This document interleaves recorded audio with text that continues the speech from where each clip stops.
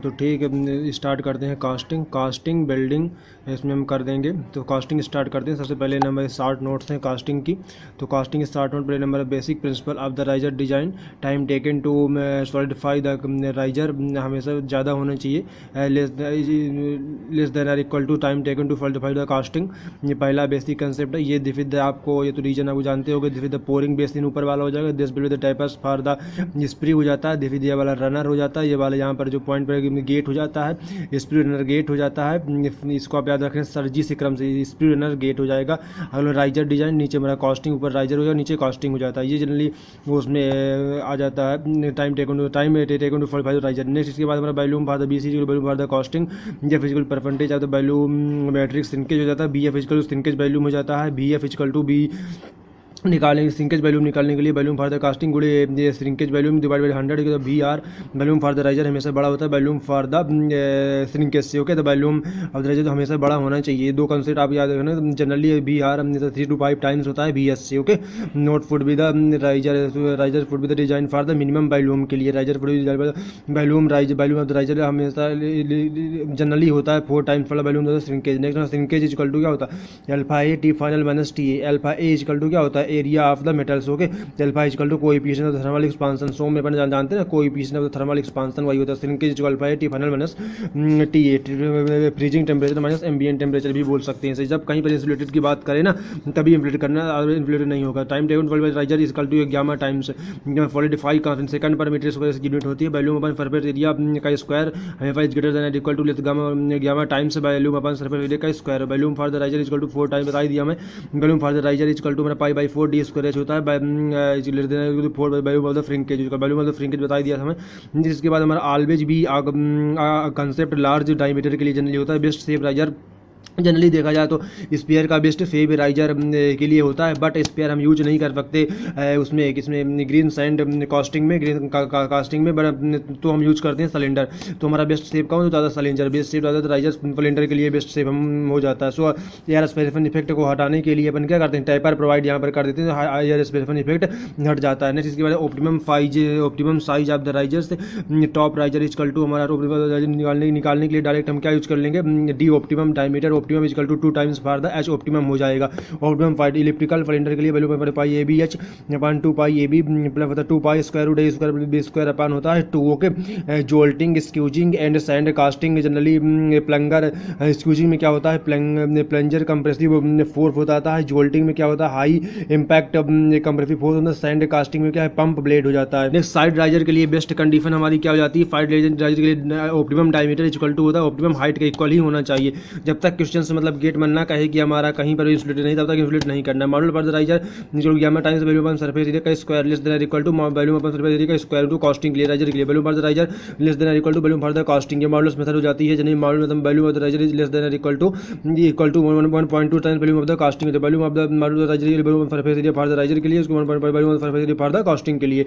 Okay, next Caine's method equal to हमारा हो जाता है केन्स मेथड राइजर डिजाइन के लिए। ये वाला curve Y X equal to क्या होता है फ्रीजिंग रेशियो हो जाता है, वाई इक्वल टू क्या वैल्यूम रेशियो हो जाता है, volume ratio B R upon B C models of the riser models of the casting. ये जो हमारा कर्व हो जाता है इधर वाला हमारा गुड कास्टिंग हो जाती है, इधर वाली हमारी क्या डिफेक्टिव कास्टिंग हो जाती है। ओके, या इसका कांस्टेंट या equal to A upon Y minus B plus C हो जाता है। ए और वाई ये जो हमारा ए और बी और सी ये जो कांस्टेंट हो जाते हैं, ए और बी से constant model for the riser less than equal to model for the casting हो जाता है, ए बी सी कांस्टेंट हो जाएंगे। बता दें sand and core and chaplet, sand core chaplet purpose के लिए जो होता है सैंड एंड कोर का पर्पज क्या होता है produce the hole of the casting. Sand and core का यूज करते हैं, सैंड कोर का यूज इसके लिए करते हैं, चापलेट का यूज क्या करते हैं जो मतलब कोर को सपोर्ट प्रोवाइड करता है उसे अपन क्या चापलेट बोलते हैं। या B buoyancy force net equal to buoyancy force कैसे निकालते हैं rho g equal to volume displaced by the water है ना, वेट ऑफ द मतलब weight density rho g equal to volume displaced by the water. The FB निकालते हैं minus W self हो जाता है। चापलेट इक्वल टू जो कोर को सपोर्ट करे चापलेट कहते हैं। FB net equal W B minus W self हो जाता है। चिल्स जाता है, chills parting use for the direction solidification के लिए। गेट डिजाइन के लिए हम क्या करते हैं top gate bottom gate parting के तो स्टेप 4 प्रकार के गेट होते हैं। पहले टॉप गेट को हम क्या करते हैं time taken to solidify the time taken to fill the top gate के लिए M volume for the mould M into H M divide by G, ये for the gate square root 2G into HT हो जाता है। Volume for the mount equal to AM into HM top time taken to 25 top gate BM equal to ये upon होता है AG square root 2G HT हो जाता है। यही हम तो पहले बता चुके थे, वही वाला sprue runner gate and equal के लिए हमारा V2 equal to 2G square root 2G HC, ये वाला मतलब कोप की हाइट हो जाता है। V3 इक्वल टू यहाँ पर वेलोसिटी जो हमारा हो जाती है total height, cope height plus हमारा sprue height equal to HT हो जाता है। Total V3 square root 2G HT हो जाता है। V3 square root 2G HT Q equal to A3 into V3 लगा के आप बना सकते हैं। कुछ एक बात और याद रखना कि 1 hectare equal to 10⁸ centimetre square, 1 एकड़ इक्वल टू 0.004046 किलोमीटर स्क्वायर मतलब हो जाता है। 1 बीघा इक्वल टू 1621.345 मीटर स्क्वायर हो जाता है। ये सब जनरली याद रखने की आवश्यकता है। 1 सेंटीमीटर इक्वल टू 110 mm हो जाता है। 1 इंच इक्वल टू 2.54 सेंटीमीटर और 1 फुट इक्वल टू 30.48 सेंटीमीटर हो जाता है। हम बॉटम गेट की बात करते हैं। बॉटम गेट इक्वल टू क्या हो जाता है, time taken to fill the gate. Bottom gate मैंने माउल्ट कैविटी में बॉटम गेट फिल करने के लिए टाइम कितना लगता है, तो बोलो तो square root equal to 2 AM upon AG square root 2G square root HT minus square root HT minus HM हो जाता है। This is the bottom gate. Next इसके बाद हमारा यदि HT इक्वल टू मतलब total height equal to mould height के equal है तो हमारा क्या होगा, TF bottom equal to 2 times T top हो जाएगा। ओके, परमेबिलिटी क्या होता है, permeability to skip the gases मतलब उसमें क्या बोलते हैं सैंड से कितनी गैसें अलाउ हो जाती है स्किप मतलब बाहर निकलने की प्रोबेबिलिटी कहलाती है। Okay, PN equal to BH upon PAT हो जाता है इसका। PN upon equal to BH upon PAT याद रखना ग्राम पर centimetre square. H equal to height centimetre में रखना और वो तो ग्राम में रखना जैसे हमने इसमें ECM में किया था। ओके, चलो नेक्स्ट इसके बाद हमारे पास होता है BH upon PAT PN getting ratio. क्रम से आप याद रखना है स्प्रू रनर गेटिंग रेशियो। हम याद रखते हैं सरजी अपने बोलते हैं ना, तो स्प्रू हो जाएगा R मतलब रनर हो जाएगा, गेट मतलब सरजी से अपन याद रख सकते हैं। स्प्रू रनर गेट अनुपात में। नेक्स्ट हमारा 2 टाइप के होते हैं pressurised system, 2 types of gating ratio, non pressurised और प्रेफराइज्ड हो जाता है। ओके, नॉन प्रेफराइज्ड मतलब कोई फोर्स ही नहीं लगा रहा, अब मान लीजिए कोई व्यक्ति को कोई मार ही नहीं रहा तो अपने आप बढ़ता चला जाएगा 1 2 3 4 बढ़ रहा। अब प्रेफराइज्ड है मतलब उसको बाम मार रहा तो घटेगा ना 3 2 1। ओके, इस प्रकार कंस्ट्रक्शन पोरिंग टेम्परेचर हमारा freezing temperature and ambient temperature. TP equal to liquid solidification solidification and solid shrinkage, ये हमारा हो जाता है TP और TF और TA हो जाता है। ओके, नेक्स्ट हमारा shape factors for the method NRL method बोलते हैं। शेप फैक्टर कैलकुलेट करने की L plus length plus width हमारा length of the belt casting and width of the casting या height of the casting. Okay, इस प्रकार अपन कर सकते हैं। अपन बिल्डिंग शुरू कर देते हैं फटाक से। बिल्डिंग में पहले number plot arc voltage and arc length equal to हमारा directly rho R equal to rho times L upon A हो जाता है। V इक्वल टू IR हो जाता है। V equal to A plus BL हो जाता है। Linear power 4 characteristics open circuit voltage current V1 V2 और I2 I1। Okay, I1 I2 मतलब I2 I1। ओके, इसके बाद हमारे पास B equal to I upon I maximum plus V upon V maximum equal to होता है 1।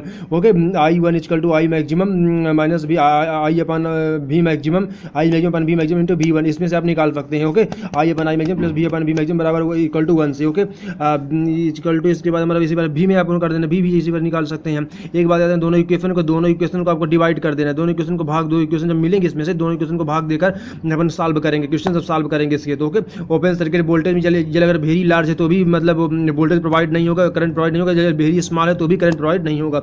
Stable condition VT equal to VA के IT equal to IA के हो जाता है। Metal removing rate metal transfer metal equal to हमारा short पर metal kg पर हावर्स में बोलते हैं। मेटल डिपोजिट रेट उसका नाम होता है।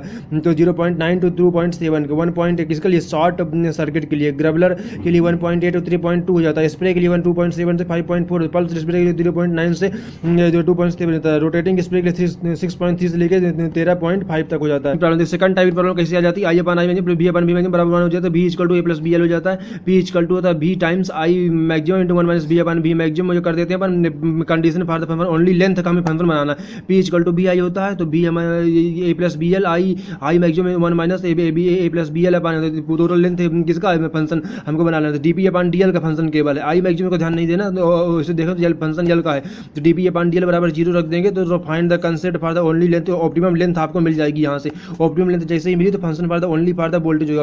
अगर वोल्टेज का बनाना है तो वोल्टेज DP अपन DV कर देंगे 0 कर देंगे तभी ऑप्टिमम वोल्टेज मिल जाएगा, मैक्सिमम पावर इसमें से अचीव हो जाएगी। नेक्स्ट हमारा फंक्शन फॉर द ओनली, यदि हमें किसका बनाना है करंट का बनाना है तो P इक्वल टू BI अब DP अपन DI करके बराबर 0 कर देगा।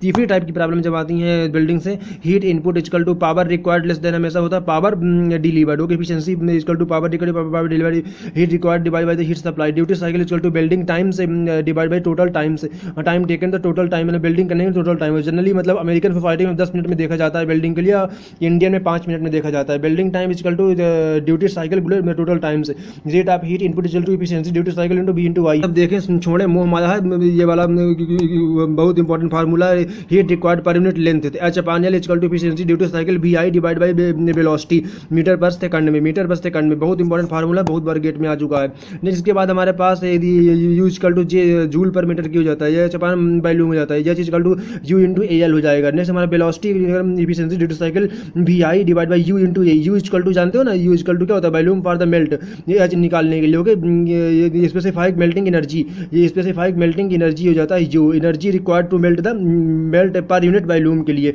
जूल पर एमएम की हो जाता है। तो B equal to pi efficiency into duty cycle भी I divide by U into A, बहुत इंपॉर्टेंट इसलिए बार बार कर रहा हूं मैं। इसमें मेल्टिंग एफिशिएंसी इक्वल टू क्या होता है total energy required to melt the metal divide by total energy supplied to melt the metal. Supplied बता दिया मैं efficiency duty cycle to be into I और रिक्वायर्ड मैं बता दिया H upon L equal to efficiency into duty cycle M N यूजल कर देना। Efficiency of the heat transfer equal to total energy available divide to building power. इसके बाद gate के लिए बहुत इंपॉर्टेंट हो जाता है I square D square T I two square upon T two type की प्रॉब्लम जो हमारे एग्जाम में आती है जैसे मेन से बिल्डिंग में। तो हमारा ऊपर का रेनफोर्समेंट नीचे का हमारा क्या हो जाता है पेनिट्रेशन हो जाता है, बीथ हो जाता है, बेल्ट पूल हो जाता है जिसमें दिस टोटल थिकनेस एच हो जाती है। यहाँ से यहाँ तक लैंड बोलते हैं, ग्रुप एंगल बोलते हैं, रूट मीन स्क्वायर वाले तो रूट गैप इसे बोलते हैं। टोटल माइनस बी हो जाएगा।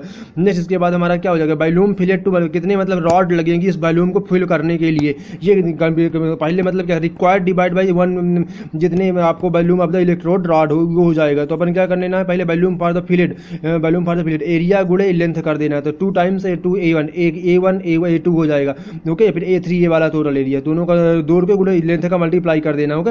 लेंथ का मल्टीप्लाई कर दो बिल्डिंग लेंथ दी होगी याद लेंथ ऑफ द बिल्ड उसी प्रकार हमारा 10 थीटा इक्वल टू एक्स अपान इसी में लगा के मतलब अपना ज्योमेट्री लगा देना है। तो एक्स इक्वल टू ये सब चीजें आ जाएंगी। A1 इक्वल टू आप A3 equal to electrode fill करेगा, कितना इलेक्ट्रोड फिल करना है बताना। अब इलेक्ट्रोड के बारे में तो डिस्कशन कर देते हैं। तो 2 प्रकार टोटल लेंथ हो जाता है बिल्डिंग लेंथ यहाँ से यहाँ तक के लिए होती है, स्टब लेंथ हो जाती है। अगर मान लीजिए टोटल लेंथ दिया हो तो हमें स्टब लेंथ भी दी होगी तो घटाना पड़ेगा। अभी बिल्डिंग लेंथ जनरली इसमें यूज करना है। इक्वल टू मेरा value electrode equal to pi by 4 D square into L हो जाएगा ओके। इलेक्ट्रोड रिक्वायर्ड हाँ number of the electrode equal to volume to be fillet divide by the volume of 1 electrode okay. Volume of 1 electrode यहाँ से मिलेगा, volume to be fillet यहाँ से मिलेगा, दोनों को आप डिवाइड कर देंगे तो हमें नंबर ऑफ द इलेक्ट्रोड मिल जाएंगे ओके। पोलैरिटी के बारे में बात करते हैं। डायरेक्ट करंट स्टेट पोलैरिटी हो जाता है। डायरेक्ट करंट स्टेट पोलैरिटी में हमारा जो हो जाता है काइनेटिक एनर्जी मतलब क्या जो हमारा वर्क पीस पॉजिटिव हो जाएगा और इलेक्ट्रोड को हम नेगेटिव कर देंगे ठीक है। डायरेक्ट करंट स्टेट पोलैरिटी हमारा हो जाता है kinetic energy 1/2 mass of the electron तो क्योंकि इलेक्ट्रॉन ज़्यादा थिक नहीं होते इसमें एनर्जी जब ज़्यादा यूज होती है इसमें वर्क पीस में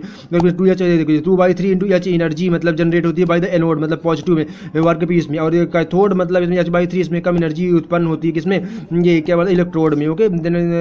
इसे अपन क्या बोलते हैं इसे direct current reverse polarity thick plate के लिए जनरली यूज होता है बिकॉज मतलब पेनिट्रेशन ज़्यादा हो जाता है okay. Direct current reverse polarity इसको इसमें क्या हो जाता है इसमें थिन प्लेट के लिए जनरली यूज होता है क्योंकि इसमें पॉजिटिव इलेक्ट्रोड करते हैं निगेटिव वर्क पीस करते हैं। तो इसमें मतलब वर्क पीस पर एनर्जी कितनी h/3 यूज होती है और इलेक्ट्रोड पर एनर्जी जो हमारी होती है इलेक्ट्रोड पर 2h/3 यूज होती है। अल्टरनेटिंग में तो बीच में रहता है देखो कहाँ हाँ ये देखो बीच में रहता है बिल्कुल अल्टरनेटिव में h/2 वर्क पीस में भी इलेक्ट्रिक h/2 होगी और इलेक्ट्रोड में h/2 होगी। बहुत बार एग्जाम में आ चुका है क्वेश्चन नहीं। इसके बाद स्पैटर अगर इसी बार की एग्जाम में भी क्वेश्चन आया था ये वाला डायरेक्ट करंट रिवर्स पोलैरिटी का। अगले बार tungsten inert gas welding equal to इसको आप याद रखना कि मतलब किसमें होता है नो फ्लक्स रिक्वायर्ड हो जाता है इनर्ट गैसेस जिसमें टिक बिल्डिंग में, और no flux non consumable electrode हो जाता है no filler use for the thin plate के लिए। मेटल इनर्ट गैस बिल्डिंग इसमें मतलब number of the flux required हो जाता है कंज्यूमर इलेक्ट्रोड होता है inert gas like filler material हो जाता है use for the thick plates अथवा compare to TIG. Last welding हमारी हो जाएगी 5 में लास्ट प्रकार की प्रॉब्लम आ गई रेजिस्टेंस बिल्डिंग इसको बोलते हैं।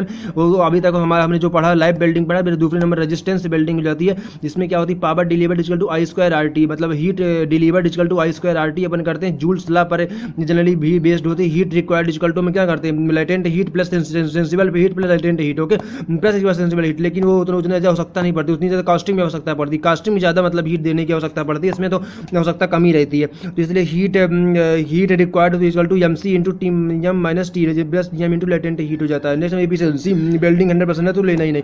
ये हीट रिक्वायर्ड वाला हीट डिलीवर्ड तो हम बता ही चुके हैं कितना आई स्क्वायर आर टी होता है, हीट डिलीवर बता दी हमें। अब हीट रिक्वायर्ड हमारा इसमें से आ जाएगा M C into M C T plus M C. इसके बाद एफिशिएंसी यदि गिवन है तो लेना, नहीं तो 100% मान लें तो 1 ले लेना। ओके, हीट डिलीवर्ड हमेशा हीट डिलीवर्ड ज़्यादा होगा, हीट रिक्वायर्ड कम होगा। ओके, बिल्डिंग के लिए अपन जनरली इसी का यूज करते हैं, बिल्ड नगेट का। तो वैल्यूम इक्वल टू पाई/4 डी स्क्वायर होता है, density equal to mass per unit volume, mass density हो जाता है। ओके, वैल्यूम है तो वैल्यूम इक्वल पाई/4 डी स्क्वायर एच हो जाएगा, density mass per unit volume. Okay, इसकी न्यूमेरिकल आप ज़्यादा सॉल्व करें तो ज़्यादा इसमें मतलब पकड़ कंसेप्ट की बनेगी। ओके, चलो नेक्स्ट इसके बाद अपन देखते हैं डायमीटर मतलब नजर निकालने के लिए 6 square root T heat supply digital latent heat हो जाता है, specify power upon area into velocity. Okay, efficiency. So okay, thank you. Heat supply I square artist, thank you video देखने के लिए। हम मेरे चैनल को सब्सक्राइब करें ताकि आने वाले वीडियो को आपको नोटिफिकेशन मिल जाए। Okay, thank you.